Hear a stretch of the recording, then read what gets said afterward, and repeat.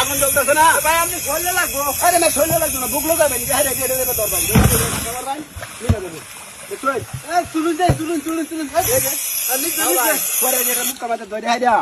এটা খালি খুললে দিবেন না, এত লাগবো ম্যাম এটা বুঝলে স্যার। হ্যাঁ, এই গরম হয়ে গেছে।